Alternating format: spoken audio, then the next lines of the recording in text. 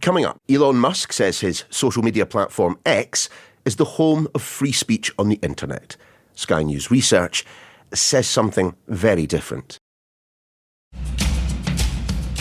Hey, it's Sophie and Will from Sky News. Too many headlines, too little time? We get it, and that's why we're bringing you Cheat Sheet. 10 minutes every weekday morning. All the big stories from politics to pop culture, minus the noise. No doom scrolling, no spin, just the stories that matter from two people who live and breathe the news. Cheat Sheet with Ridge and Frost from Sky News. Follow Cheat Sheet wherever you get your podcasts.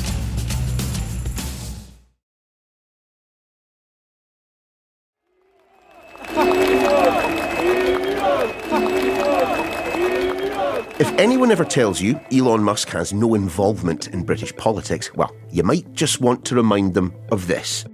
Whether you choose violence or not, violence is coming to you. You either fight back or you die. That's the billionaire boss of SpaceX and Tesla beaming in live to the right-wing Unite the Kingdom march, organised by one Tommy Robinson back in September. And that level of involvement in British politics would be noteworthy enough in itself, backed, as it is, by all Musk's money and influence. Yet, since 2022, he's also owned his own social media platform, Twitter, since rebranded as X. And as Musk has cut staff, reinstated accounts and gone on a few rants of his own, there's been a feeling, a perception, that the site has shifted significantly to the right, that some accounts are being pushed and others suppressed. A Sky News investigation has revealed the X effect, that, for whatever reason, right-wing material is being amplified. Well, the investigation was put together by members of Sky's Data and Forensics Unit. Two of them are here today, Tom Cheshire, our Data and Forensics correspondent, and Kaitlin Tosh, our Digital Investigations journalist. Michelle Innes-Simon, another member of the data team, well, she isn't here today. She was, however, instrumental in putting this together. Tom, we're going to start with you. Just explain exactly why we have been taking this closer look at what I still call Twitter, but everyone else calls X. Yeah, I mean, when Elon Musk bought it, it was Twitter. And the question is, why is he buying it? You know, this is a guy who's made his name with rockets, with cars, done amazingly successful things. And then he's getting in the messy world of social media for quite a lot of money, $46 billion. And he said he bought it to eradicate, as he put it, the woke mind virus from progressive politics. And it was, you know, this huge thing. I mean, Twitter was in a lot of danger before as well. It needed rescuing. He had these effects, obviously, very quickly. He put people like Tommy Robinson back on the platform who'd been banned for hateful content, other accounts like that. But then we wanted to see if there was, you know, more going on than just that. He wanted to be a free speech platform, which is, you know, a laudable goal. Any journalist would agree with that. But has there been more than that? People have felt that perhaps we're seeing a shift towards more right-wing content. That's the feeling. It's not data. And that's what we want to go and get, is that data. Can we show, especially the algorithm, the thing that powers it, that sorts everything you see, especially on the For You tab, whether that isn't just impartial, it's not just neutral, actually is pushing a point of view. He is a billionaire that owns one of the world's biggest social media platforms. So, I mean, he does wield an awful lot of power, doesn't he? Yeah, huge amount of power. And it's just about, how does that show up in your feed? Instead, you'd expect it to happen. That's why he bought it. And he's been really sort of, that intervention in British politics we've seen, and he's got obsessed with it, really. It started with attacking Keir Starmer lots, and now he's alighted on Tommy Robinson, really is his pet favourite. He says it's hard men like him who are going to save the UK, and that extends to sort of appearing at the Unite the Kingdom rally that Tommy Robinson did. You know, 150,000 people, we're there in the street, and then Elon Musk is beaming into one of those 4 giant screens down in Whitehall. So that is direct interaction. But also, when I've been going to protest over the summer, whether it's in Epping, outside the hotel, or Britannia Hotel in Canary Wharf, just 2 examples, you speak to people and they'll say, thank you, Elon. It's something Tommy Robinson says a lot. They say, thank you for giving us a voice. They say, without Elon, there wouldn't be free speech. And again, a laudable goal. And the question is, what does that mean for the average user? You've got these power users, these people who are politically active, but does that translate to a skew or does it not? And that's what we try to find out. Kaitlin, at the heart of all this is the X algorithm. I mean, first things first, what's an algorithm? And secondly, why is it important when it comes to social media platforms? Yeah, you phrase that like it's an easy question. It's not. So yeah, an algorithm is basically the back end of a social media website that it's a code that decides what is going to be shown to the algorithmically curated feeds on your social media platforms. So for X, that's the For You tab on X. That's kind of just what tweets are sent there are decided by the algorithm. So because the other tab is people that you have chosen to follow. Exactly. Yeah, there's kind of two at the top. One's following, one's for you, the one that the algorithm picks. It's also the default one as well. I think that's really Exactly. important. When you log on for the first time, that it's quite easy not to get over to the following. So the for you, that's how people experience X. Investigating how these algorithms work is one, very tricky, but also really important. It's really important to understand what is being decided behind what you're seeing. But I thought X was one of the few companies that kind of open source this stuff. They put the algorithm out there, so do we not have an idea of how it works despite that? Yeah, it's a really good point. So one thing that Elon said when he took over Twitter and made it X was that he was going to be more transparent with the algorithm and was going to be one of the only social media platforms to put it publicly. And he did. It's true. It was published in 2023 for the first time, updated most recently in September 25. And it does tell you some things about how the algorithm is making the decisions that it does. So, for example, we know that videos are more promoted than just text, for example, and things like that. But the experts that we've spoken to say that there's a lot that it doesn't tell you. And there's a lot that's still kind of what a lot of people term a black box, where you just don't really know what's going on. It's not as clear as it might appear. So how did we test it? One of the best ways to investigate an algorithm is to basically create new accounts and see what it sends them. It's kind of the way to decipher the black box that is unclear otherwise. So that's exactly what we did. We made 9 new X accounts, and each of them were British. We didn't hide the fact that we were creating them in the UK. So they were British users, and they all had different political leanings. 3 were created to be emulating left-leaning British people, 3 right-leaning, and 3 were neutral, so no interest in politics. Over the course of 2 weeks, we pulled the data from the For You pages from all of those accounts, and that gave us a database of about 90,000 tweets from about 22,000 users. Okay, so it's a fairly substantial data set for you guys to analyse here, yeah? Yeah. It was painful. Mainly for Kaitlin, not for me. Yeah, it was a lot. So what we ended up doing was then using a large language model, an AI tool, to categorize all of that content. So probably the most rigorous part of this process in terms of the analysis was training that language model. So it takes these tweets and does what with them? Analyzes text, basically. And we'll be able to categorize based on the text information from every single one of those tweets, and then also information like the location of where the account came from. So, a tweet from Elon Musk, for example, it would read the tweet information, so what the tweet said, where Elon Musk was, so where his location is, and it will be able to kind of read it, learn about it, and then apply it to a political definition that we also fed the AI.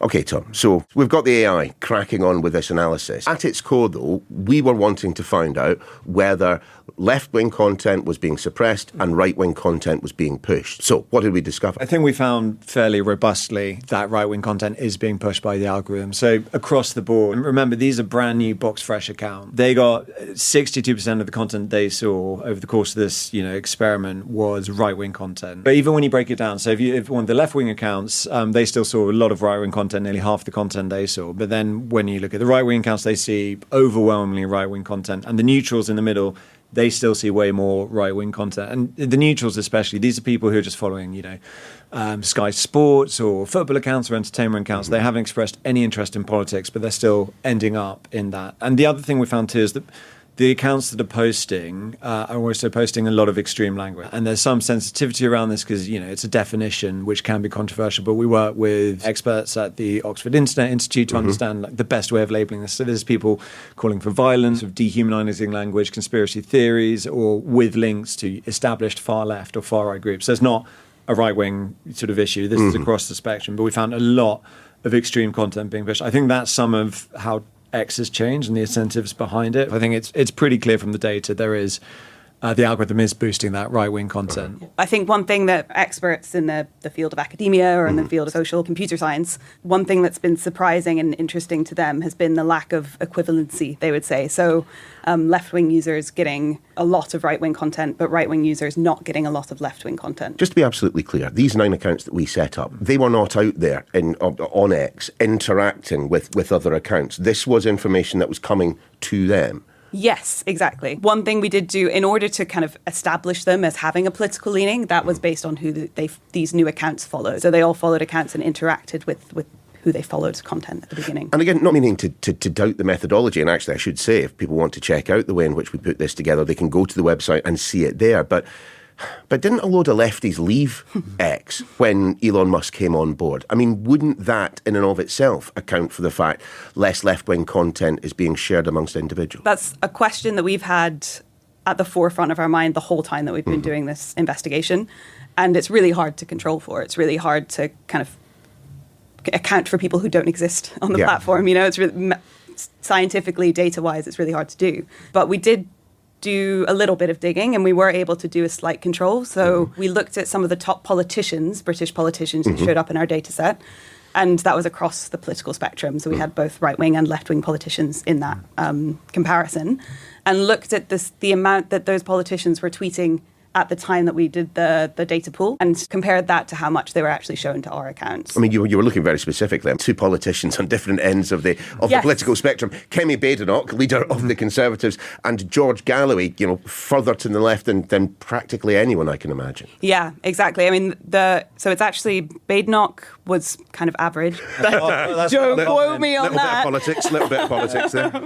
By that, I mean, she was posting at about the same rate as she was sent to our accounts. Yes. So she's kind of representative of what you might expect to see. Galloway, on the other hand, was posting significantly more than the other politicians we were comparing to. But I follow him. I know he does, but I never see him, and neither did our accounts. Right. But on the opposite side of the scale, in terms of somebody who was shown a lot to our accounts but not tweeting a lot, is Rupert Lowe. With Rupert Lowe as well. He's a former Reform MP who left after falling out with Farage and set up his own sort of right-wing party further to the right of Nigel Farage. Elon Musk likes Rupert Lowe a lot, and he's retweeted him a lot, and that's probably some of the gets a boost from that. But again, that sort of engagement is sort of, it's beyond what you'd expect. And the reason we're talking about him is because he's such an outlier on it. It wasn't, let's go and look at what Rupert Lowe's doing. He's in the dating, like, who is that person? Getting a lot of engagement, although posting the same as anyone else. And there he is. We got in touch with Rupert Lowe, and he said, mass deportations, which is one of his policy positions, they're popular, and that's why it's doing well. But there's lots of people who talk about that on X, and he goes well beyond that and ends up in a lot of people's timelines. Within all of this, there is the really, really hard, rigorous data. And then within that, you find these sort of illustrations, really, of how it's working as much as...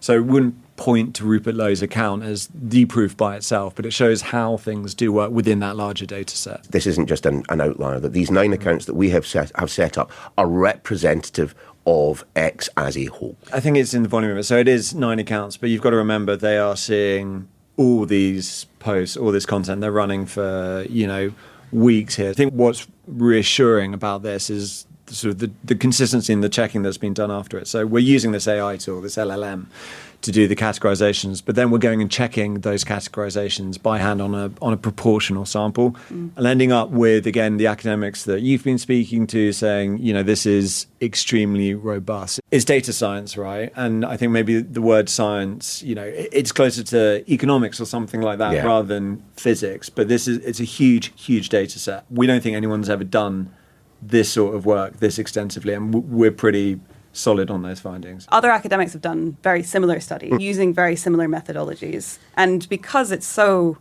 impossible to get the kind of data that we've got, it's hard to do on a large scale, and the content is really significant.